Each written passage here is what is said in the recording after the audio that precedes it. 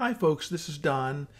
I want to make a suggestion to you, and I hope that some of you will think about it at least and try. I know some of you are using your TI calculator and some are using Excel, possibly with Ph.D.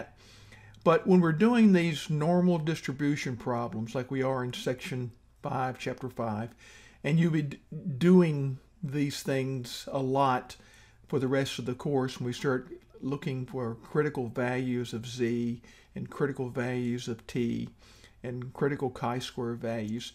What I encourage you to do is to learn to use the StatCrunch calculators. They're there in the homework. They will be there going forward in quizzes and exams, the link to StatCrunch. And as a fallback, as I've showed you, you can always go to StatCrunch.com and open up StatCrunch there. But let's just show you how fast you can solve these problems.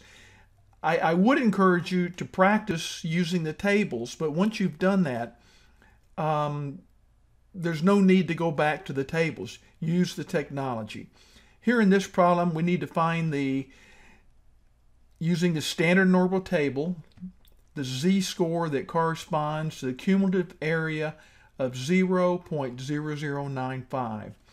Now, when it says cumulative area, you have to think of area that starts from the left infinity, the left end of the normal curve, and I always suggest you draw a normal curve. And that's really another reason for using StatCrunch.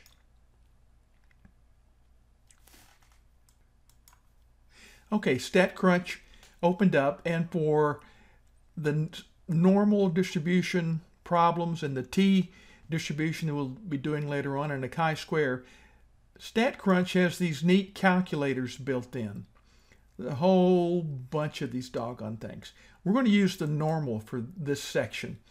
And when you click on the normal calculator, it'll offer up a dialog box that has our neat sketch that we need to be able to think about these things.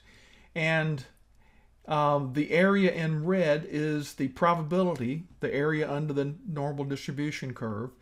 And remember, for the standard normal curve, the mean is always 0 and the standard deviation is 1. So in this case, we were given an area of 0.0095, so I'm going to go over here in this blank where the area is and put in 0.0095. Now I need to be careful here and select the greater than less than symbol pointing in the right direction. We want the left tail, so it's pointing to the left. Think of that caret pointing to the left. I'm going to click on compute. And now we get our sketch. There is that area, 0.0095, and it gives us the z value, negative 2.345, which is the answer they want. And remember, z values below the mean are always negative, and when they say cumulative area and don't tell you anything else, that means it starts at the left infinity, or 0, and goes toward the right. So that's how you solve this problem pretty quickly. Okay.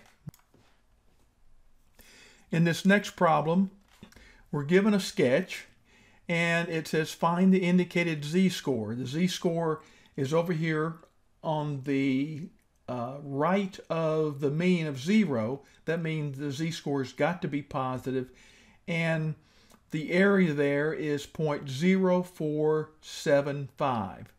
So how do we solve that? Well, I'm going to call up StatCrunch again and get my calculator here. And I'm going to put that area in there, 0.0475. And because it's to the right, I want my greater than less than symbol pointing to the right. And it shows the sketch that's similar, 0.0475. And the answer is 1.67 rounded, which is the answer they want. So that's pretty quick. Here's another problem. They've given us a sketch, and they want the z-score for which the area to the left of it And remember, that's what you get out of the tables, is always the area to the left of the z-score is 0.9726, which is pretty close to 1. And that means the z value is going to be on the right side, the greater side of the mean of 0. So it's going to be a positive z. So let's call up StatCrunch again. And the area is, I'm going to bring this up so you can see a little bit better, 0.9726.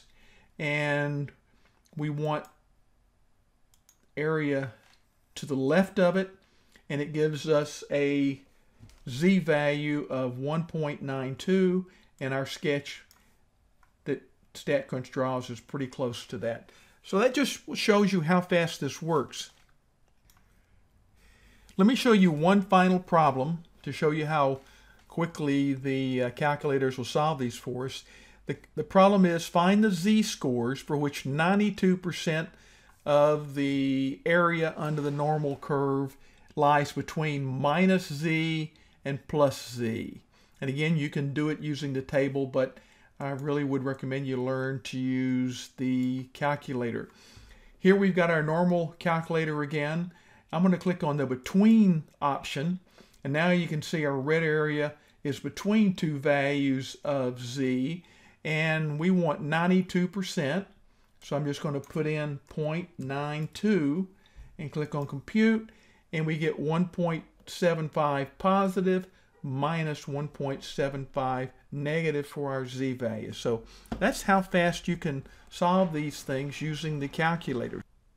So I hope you will consider learning to use StatCrunch, if for nothing else, just to do these calculations for normal distribution and the t-distribution, the chi-square distribution. It will really save you time and help you minimize mistakes.